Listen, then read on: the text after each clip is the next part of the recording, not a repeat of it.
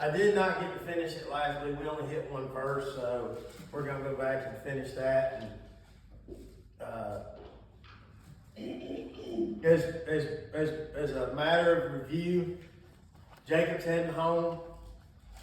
He realizes that as he's heading home, who's he going to go meet? Esau. Esau. That's the first thing he's thinking about. He is about to meet Esau.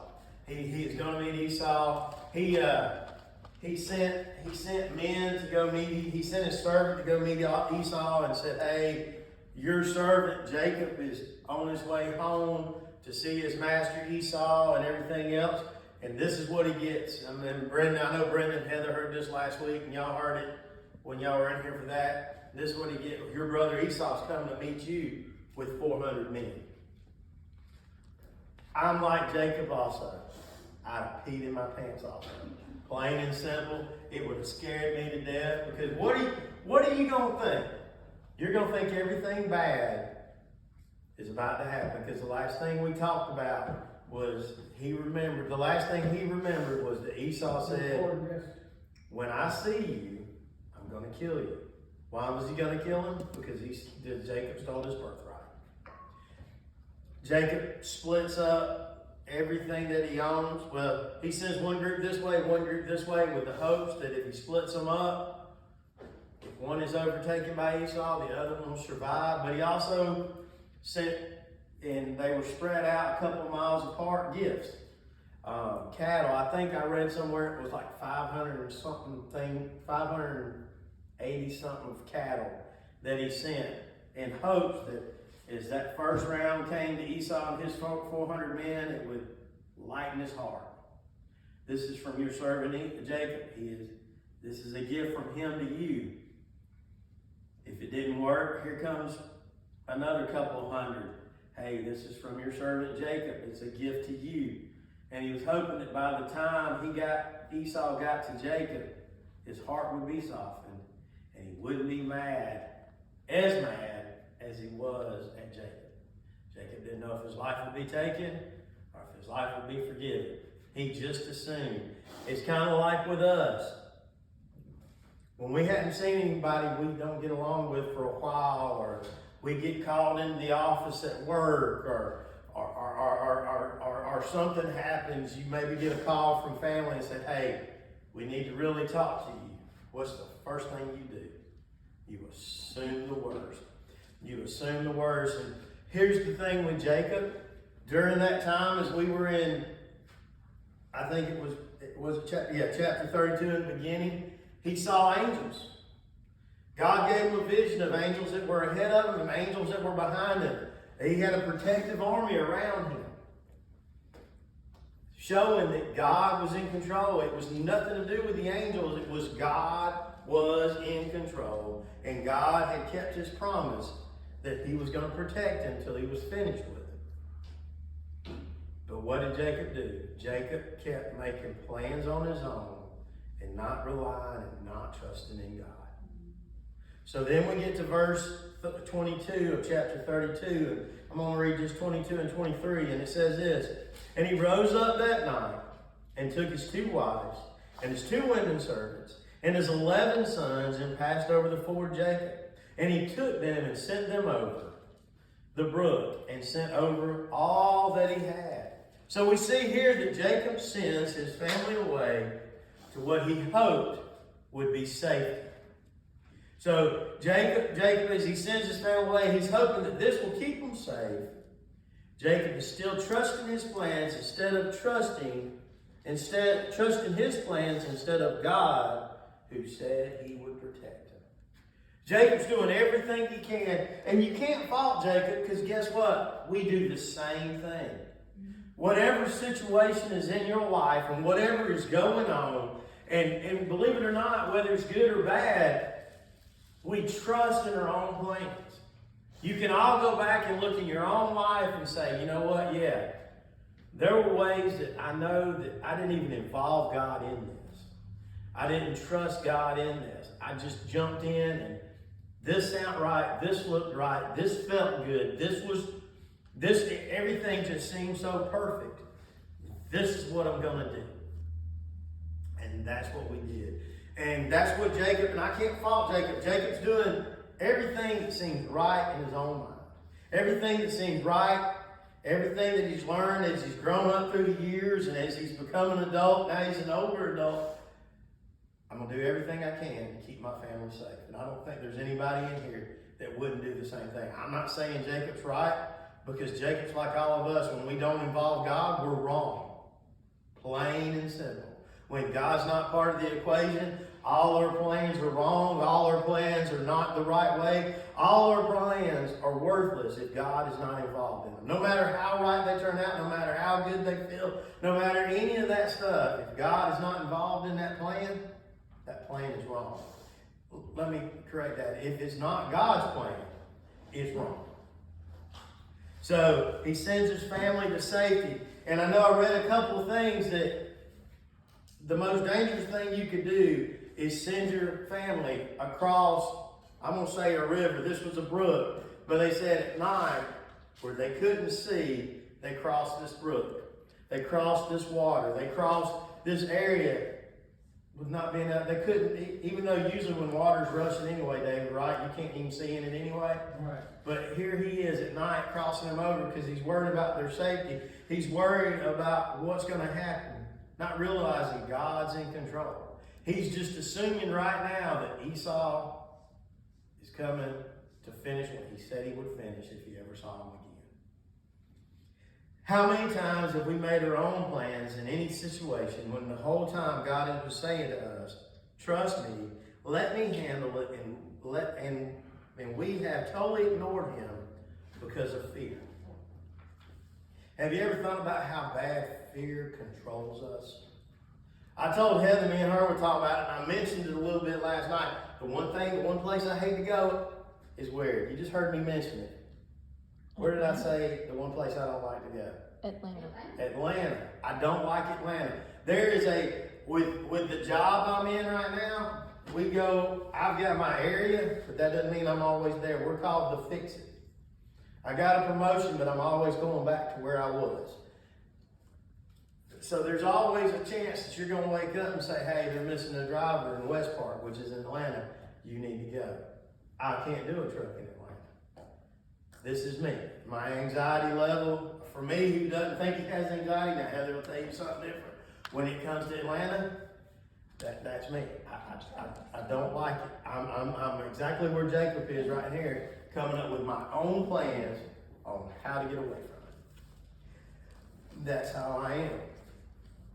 When I should be trusting that God is in control and God will take care of me and God has his own plans. But just like Jacob in this situation, I know exactly what he's going through. I know exactly what's going on in his life. So we see in those first two verses, he's doing something good, but he's leaving the most important person out of everything that he's going through. And I could probably go around the room and ask y'all the same thing and say, name something that was big in your life. And was God a part of it? Or did you realize afterwards you left him out? Everything might have still went good. But God let you know, hey, let me tell you how much better it would have been. Or there would have been an opportunity for growth if you'd have went this way. Because I really believe sometimes, I don't really believe, I know God's got our best interest for us as long as it goes along with his plan. And sometimes God doesn't want us to come out smelling like a bed of roses out of a situation. Sometimes when we come out of that situation, we might need to smell like we stepped out in something, a cow patty out in a field somewhere, because it's going to grow us and get us to the next position. That's the only way God gets control of us. And see, when we're going to learn this and see this, go to 24 through 26, and this is why I said this. And Jacob was left alone, and there wrestled with a man, and then wrestled a man with him until the breaking of day. And when he saw that he prevailed not against him, he touched the hollow of his thigh, and the hollow of Jacob's thigh was out of joint as he wrestled with him. And he said, let me go, for the day breaketh. And he said, I will not let thee go, except thou bless me. So we see here it was an all-night wrestling match. And I forgot to tell you this. If you're looking with the title, it's a pretty simple title, Wrestling with God. So we see here, Jacob is right where God needs him to be right now. Jacob has sent everybody away from him. Jacob's, all the distractions of life, all the distractions of family, all the distractions of everything he owns is far away from him now. Jacob is all alone. There is nothing to distract him. Jacob was now alone, and that was right where God needed him. Why? Because when there is distractions around him and us, we tend to tune out God speaking or trying to work with us. This way, God has his and our full attention. Jacob's all alone. There's no one else to tell him. He don't have two wives and those women servants was his wife too, but they call them women. I guess they're not recognized as his wives. I hate saying it that way, but that's how it was said, so that's how it is. He don't have all his kids running around, not knowing what's going on. Why is everything separated? Why is this going on? Now, some of them were adults, but he don't have all those distractions. He don't have servants. He don't hear cattle in the back. He don't hear goats doing whatever, goats screaming goats. He don't hear all that. I'm sitting there going, what do goats do? There's no distractions. He's all alone. All he hears is that stream. All he hears is that brook or that river. And he's all alone. And a lot of times, that's where God has to get us so that we can hear him. Because you know what? A lot of times, we rely on other people's opinions instead of that still small voice, which is God speaking to us. What we need to hear, we ignore it because we hear those louder voices talking to us. So God has got him right where he's at. And we see during this, there's a wrestling match that comes on. God comes down in the form of man and is wrestling with Jacob. Jacob wrestles with God throughout the night, never giving up. God meets us at whatever level he finds us. Now, I thought this was interesting. I pulled this out of Wiersbe's book here. But God meets us at whatever level he finds us in order to lift us up to where he wants us to be. So I thought this was kind of cool. To Abraham, the pilgrim, God came to him as a traveler. That's in Genesis 18. To Joshua, the general, he came as a soldier. That's Joshua 5:13-15. And Jacob had spent most of his adult life wrestling with people. Go back and think of all that he had wrestled with, all that he had caused trouble with, all that he had schemed, all that he had been a problem with. And he wrestled with Esau. He stole his birthright from him. He wrestled with his father. He wrestled with Laban. I mean, look at all those issues we've seen that him and Laban had. As God blessed Jacob, Laban got more and more madder at him. He even wrestled even with his wife, so God came to him as a wrestler. Now, David, I know you're saying, did he come as Hulk Hogan or Andre the Giant or Ric Flair? I can't answer that one for you tonight, brother. But he came to him as a wrestler, and all night they wrestled. All night they fought. And I think it was more of those, because I know David's over here thinking, okay, he did the leg thing, he did the elbow, he did that. I think all Jacob could do was hang on to him all night. It was one of them hugging wrestling things all night. And he never gave up. And it was because God allowed that to happen. Because if you're sitting there thinking, well, was Jacob that tough that he could be God? No. God's allowing this to happen because God's wanting Jacob to see something. God's wanting Jacob to see something. And even with Jacob's hip out of place, he still held on to God, never let him go. Jacob wrestles with God, and because of God's mercy, he survives and is blessed. So they're wrestling all night, and what does God do? He touches his hip, and it knocks it out of place. And Jacob will have a permanent limp the rest of his life. He will limp the rest of his life. But even with that pain from his hip out of socket, he still held on. And what does it say down there? Let me get back over here. And God said, he said, let me go. Well, let's go back to 25. And when God saw, and it says he, but that's God, God saw that he prevailed not against him.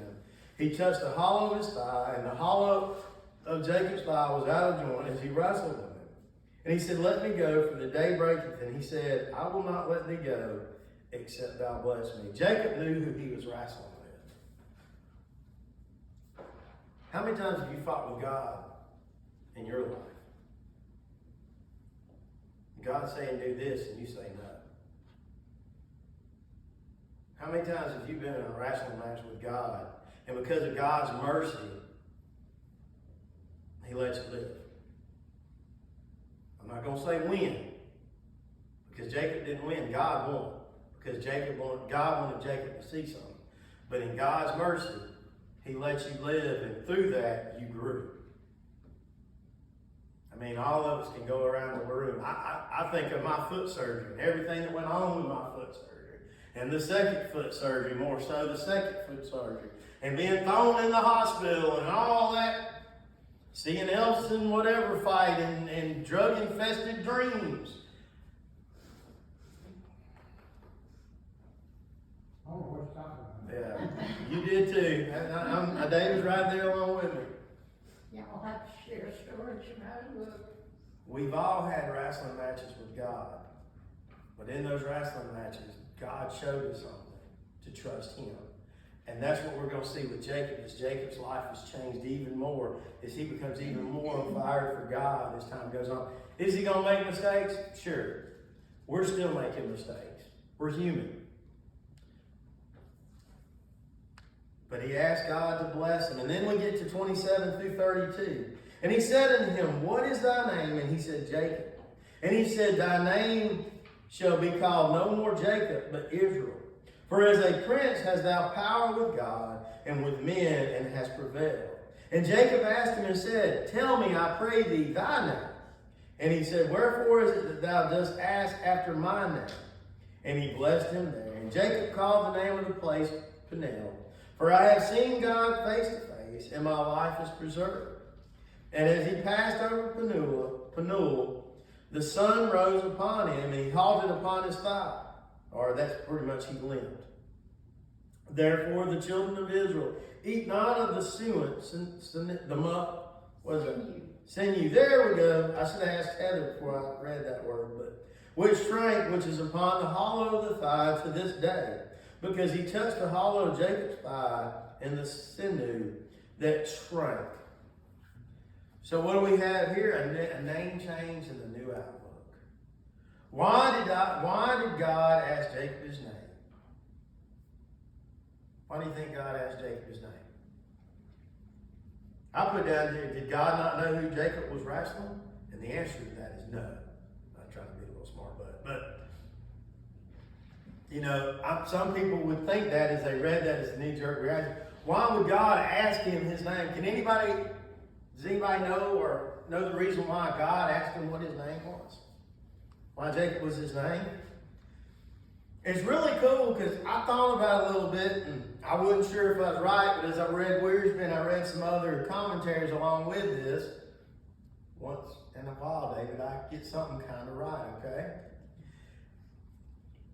It wasn't because God didn't know who he was wrestling. God knew exactly who he was wrestling with. But here's the thing. The last time Jacob was asked who he was, he lied. And he said his name was Esau.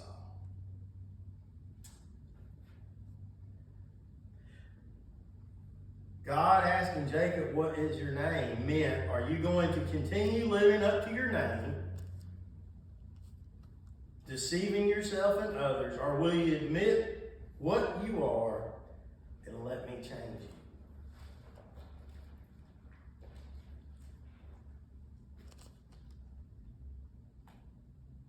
Jacob, the last time, he lied and took his brother's birthright.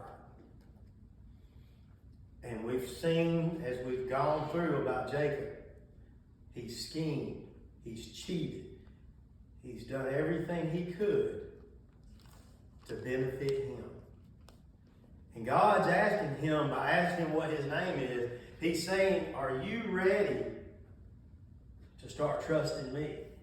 Are you ready to start walking with me? Or are you going to continue to live by what your name means? Are you going to continue to live in the old way and the way you've always been? Or are you ready to change?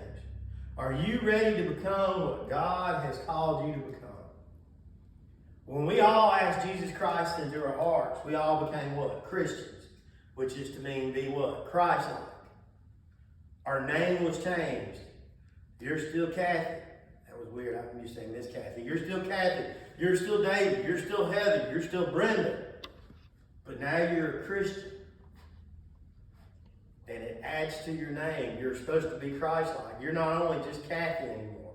You're not that old Kathy that you used to be, however that used to be. I'm not the old Ryan that I used to be. I'm supposed to be something different because I'm supposed to be Christ-like now. I'm supposed to be more like him.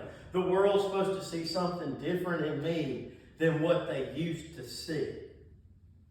I mean, someone says, I think you can look up my name. My name means little king. Big whoopee. There ain't no king here. And I ain't little. I was waiting for David to say it. I mean, but every one of us can look up her name and what does her name mean, right? So, I don't know what the rest of your names mean. I think someone looked that up and, oh, it was Robert went and told everybody what their name was. But we all have an important name now. That's Christian to our name. That means to be Christ-like. There should be a change in us. And that's what God is telling him. And in the Bible, receiving a new name signifies making a new beginning. And is that not true? When you asked Jesus Christ to come into your heart, it was a new beginning for you.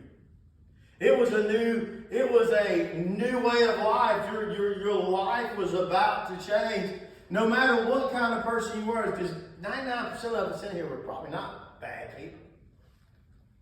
We were just good people just on our way to hell because we didn't know him. I mean, I don't think there's any prison stories in here, right? Well, besides maybe Dave. But, you know, it was like, Ken, we made the joke. Me and Ken, I said, well, which testimony do you want me to share? Because I was supposed to share my testimony at my ordination. I almost said inauguration. An ordination, because I couldn't think of what the word was. Yes. But I was supposed to share it, but I think everything got not out of control, but got out of everything. Time went faster than, some went faster than what it should have been. The next thing you knew, it was 4 o'clock or whatever time that was. So last week I shared it. When I preached, I shared my testimony at the end. That way no one can ever say, well, we don't know if Ryan's saved or not, blah, blah, blah. But I was kidding when I said it. I said, I don't know if I'm going to share my normal testimony or my prison testimony.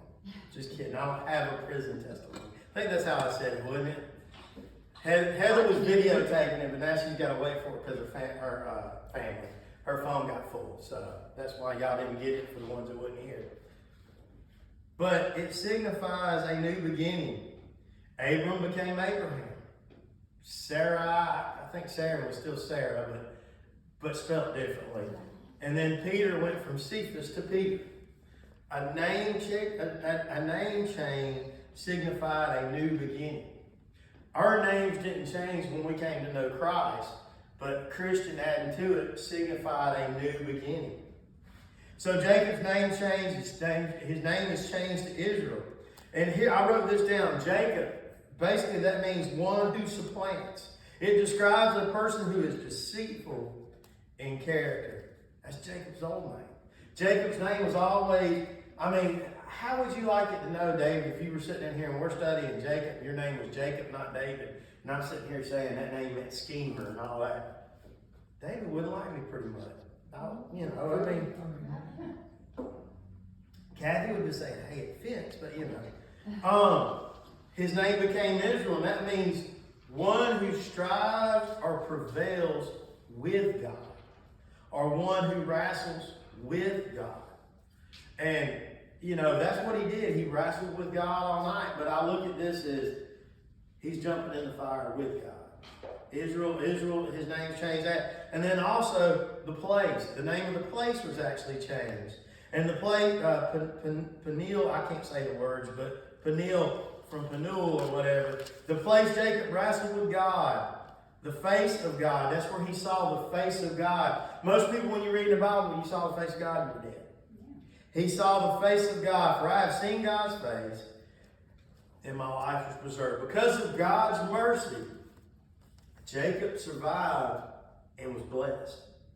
Because of God's mercy. Because of God's mercy, we have access to heaven because we trusted his Son as our Savior. Jesus sent his only Son to die in our place.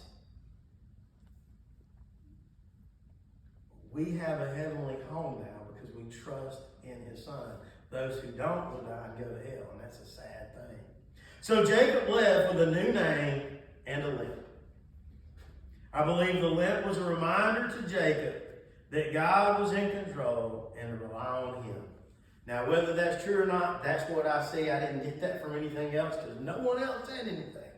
But I believe that limp was a reminder to him that he'd seen God and that God was in control. And because of God's mercy, God let him live, and that God was going to take care of him. He would always remember that covenant that God made with him, that God would never leave him, that God would always be with him, and that he would be safe until God was finished with him. As with Jacob, did they know back then consciously that if they saw God's face, they died? I don't know, because we've gone through Genesis up to this point. I've always known it because, Right. you know, Moses and so on. Yeah. So I guess they just assumed that, because I don't remember studying that the whole time. I mean, from where we've learned in Genesis. Right. You know, and I just wondered if that had made that connection. yeah. And I don't know. This is my honest answer. I don't know. But I know that's why he called that, because he had seen God face to face and he lived. And I don't know if he meant because he had wrestled with God. Maybe not, he had not looking as I've seen God's face and I've survived, but not, because I don't want it sounding bragging on Jacob's part. I have wrestled with God and I've survived my wrestling match with God. You know, because he knew God was the ultimate authority. You know, so I kind of looked at it that way. I don't know if that makes sense. And I really don't know if it's correct, but I don't think it's wrong. You got what I'm saying? But I think that was it, because he didn't win the match. God won, because God got him to a place that God needed him to be at. It was just Jacob being Jacob. He was not going to let go. He was not going to give up. He was not going to. Huh? Sounds like a God thing to me. But you know what? When we serve God, that's how we should be. We shouldn't be. We're stubborn on the bad stuff. God, I'm not giving up this in my life. I'm not going to go this way. But we're not stubborn on, God, I'm going to keep working for you and doing what you want me to do. If it's something we can control and we like the way it's going, we're not going to give up. But if God is moving us in a different direction and trying to teach us to trust Him, we're not as stubborn as we are. We don't cling, we don't hold on, we don't grab on. And I think that's where we fail at so much, all of us, is because we don't. Some things we do, some things we don't. Heather, you got anything?